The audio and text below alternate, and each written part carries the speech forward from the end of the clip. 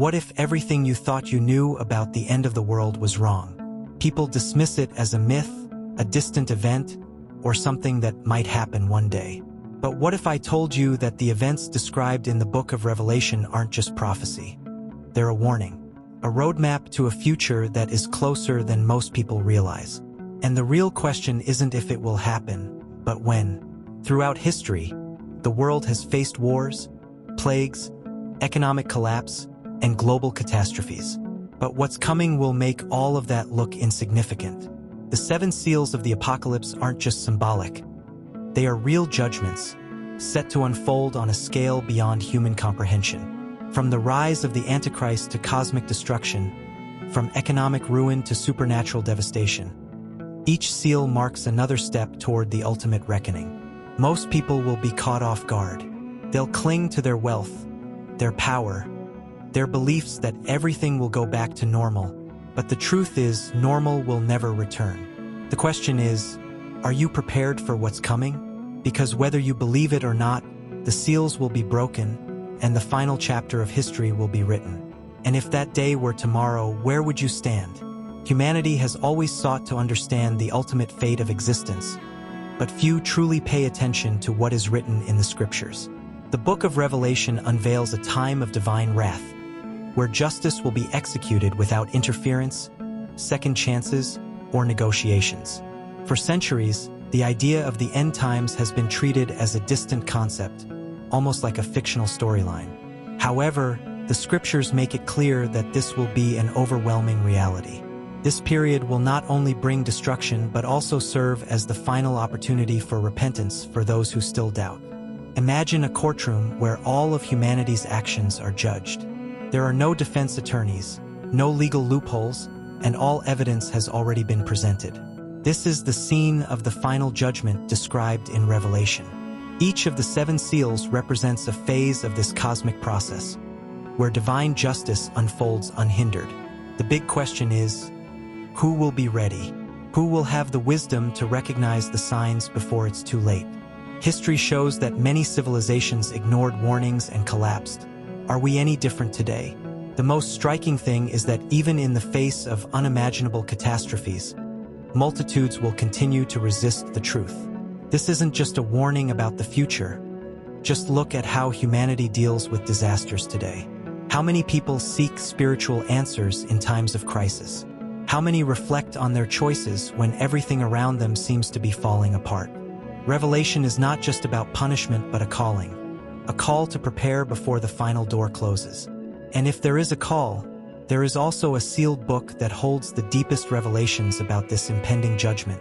In his vision, the Apostle John found himself in a celestial courtroom, witnessing an angel searching for someone worthy to open a mysterious, sealed book. The weight of this moment was overwhelming. This book contained the decrees of divine judgment. Once opened, there would be no turning back. John wept bitterly when he saw that no one in heaven or on earth was worthy of breaking the seals. It was a moment of despair, a recognition that no human, no king, no prophet had the authority to execute such a monumental act. But then hope entered the scene. One of the 24 elders turned to John and declared, "Do not weep. The Lion of the tribe of Judah, the Root of David, has triumphed." This was a profound statement, one that pointed directly to Jesus Christ, not as a mere teacher, not as a prophet among many, but as the only one in existence with the power to break the seals and initiate the final judgment. Imagine the shift in emotion, from despair to absolute awe, as John saw Jesus standing at the center of the throne, surrounded by celestial beings. The Lamb, once slain, was now the sovereign executor of divine justice. This moment was a turning point. It symbolized that all authority, all power, and all judgment were in the hands of Christ alone. Humanity has often placed its hopes in leaders, institutions, or ideologies, believing they can bring order and justice. But here, in the grandest courtroom of all existence, only one could take the book. The question remains, if the world is looking for answers in politics, science, and philosophy, are they missing the one true source of wisdom? As the Lamb took the book, the entire heavenly realm erupted in worship, knowing that the final chapters of history were about to unfold. And as he began to break the seals, the world would soon see the emergence of 4 mysterious riders, each carrying a fate more terrifying than the last. The moment the first seal was broken, a figure emerged unlike any the world had seen before, a rider on a white horse. At first glance, he seemed noble, carrying a bow and wearing a crown, riding forth as a conqueror bent on conquest. But this was not the true Messiah. This was the deceiver, the Antichrist. His arrival marked the beginning of the end, a time when the world would be seduced by false peace, political deception, and manipulative leadership. Many would follow him, believing he held the answers, only to find themselves trapped in a web of lies that would ultimately lead to their destruction.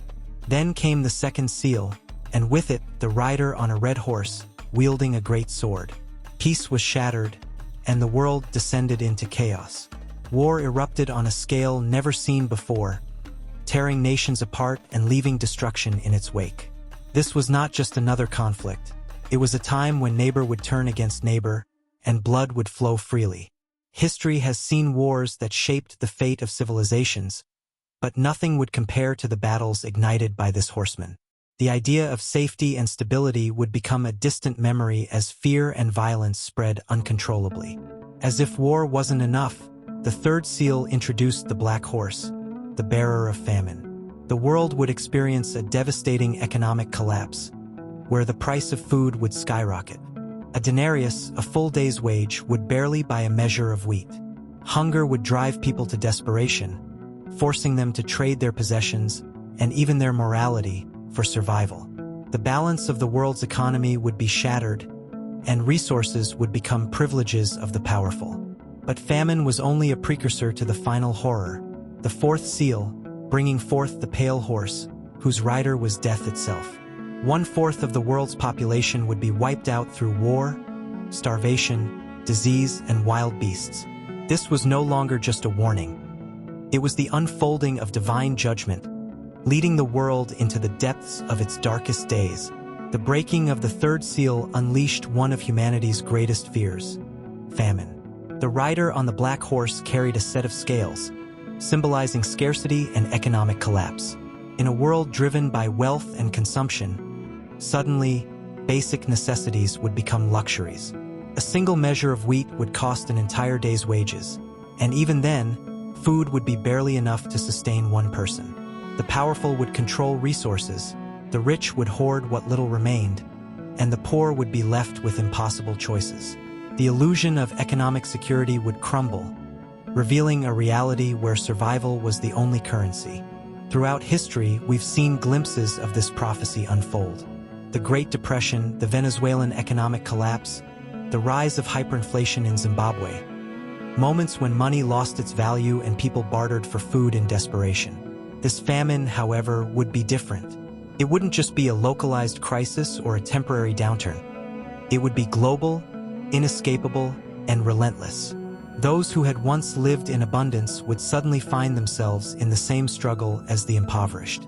Governments would fall, economies would crash, and hunger would become the great equalizer. But even in the midst of this suffering, there was an eerie restriction. Luxuries like oil and wine would not be touched. What does this mean? While the masses starve, the elite will continue to thrive, shielded from the collapse by their wealth and power. It's a chilling reminder that even in the face of judgment, corruption and inequality will persist. People will sell their morals, their faith, and even their souls just to survive. But famine is only the beginning, because when hunger spreads, desperation follows, and soon, another rider would come to claim his victims. Then came the fourth seal, and with it, the most chilling of all riders, the pale horse. This rider was death, and Hades followed close behind. Unlike the previous horsemen, who brought deception, war, and famine, this one carried the ultimate consequence: mass extinction. 1/4 of the world's population would be wiped out through war, starvation, disease, and even attacks by wild beasts. Imagine that, 1 in every 4 people gone. Cities once thriving with life would be reduced to ghost towns, and the scent of death would hang thick in the air. The world would witness suffering on an unimaginable scale. It's not difficult to see how this could unfold. History has shown us the devastating power of plagues, pandemics, and war-driven famines. The Black Death alone wiped out nearly half of Europe in the 14th century. The Spanish flu of 1918 infected 1/3 of the world's population. But what is described here is beyond any historical precedent. This is not just another pandemic or another war. This is divine judgment, and there will be no escape. The systems people once relied on, medical advancements, economic structures, government stability, will collapse under the weight of overwhelming destruction. And yet, even in the face of such horror, many will refuse to turn back. Instead of repentance, they will cling to their pride, their defiance, their illusions of control. Desperation will drive people to commit unthinkable acts. Brother will betray brother, lawlessness will reign, and death will become an everyday reality. But what happens to those who die in this period? That's where Hades, following behind, comes in. This isn't just physical death. It's eternal separation from God. And as the fifth seal is broken, we see the voices of those who had been faithful, those who suffered for righteousness, crying out for justice. When the fifth seal was broken, the scene shifted. No more horsemen, no more destruction, at least not yet. Instead, John saw the souls of those who had been killed for their faith, gathered beneath the heavenly altar, crying out for justice. These were the martyrs, those who had stood firm in their belief in God despite persecution, torture, and death. Their voices echoed through eternity. How long, sovereign Lord, holy and true, until you judge the inhabitants of the earth and avenge our blood? They weren't asking for revenge out of bitterness, but for justice, for divine intervention against the evil that had run rampant on earth. This moment is powerful. It speaks to every generation that has suffered oppression for standing on truth. From the early Christians thrown to lions in Rome, to those executed during the Inquisition, to modern-day believers who are silenced, imprisoned, and killed for their faith. The world has never been kind to those who stand for righteousness. But instead of answering immediately, God tells them to wait. Each of them is given a white robe, a symbol of their victory and purity, and instructed to rest until the full number of martyrs is complete. In other words, more persecution is yet to come. More will suffer for the truth before justice is fully served. This challenges the way many people see suffering. Why would a just God allow his faithful to be killed? Why wait? The answer lies in his ultimate plan. Justice is not forgotten, only delayed. And when it finally arrives, it will be undeniable, unstoppable.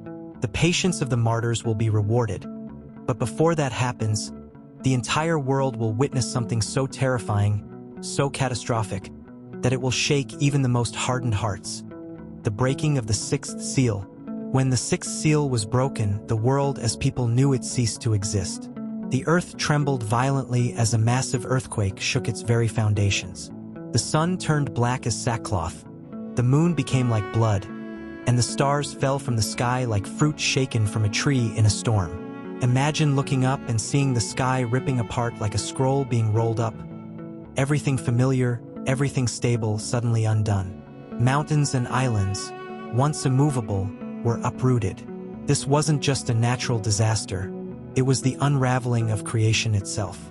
The entire planet was thrown into chaos, and for the first time, no one, rich or poor, powerful or weak, could deny that judgment had come. Terror gripped the hearts of every man, woman, and child. Kings, rulers, generals, those who once thought themselves untouchable, now ran in desperation, seeking shelter in caves, begging the rocks to fall on them. They would rather be buried alive than face the wrath of the one seated on the throne. This wasn't just about destruction. It was about realization.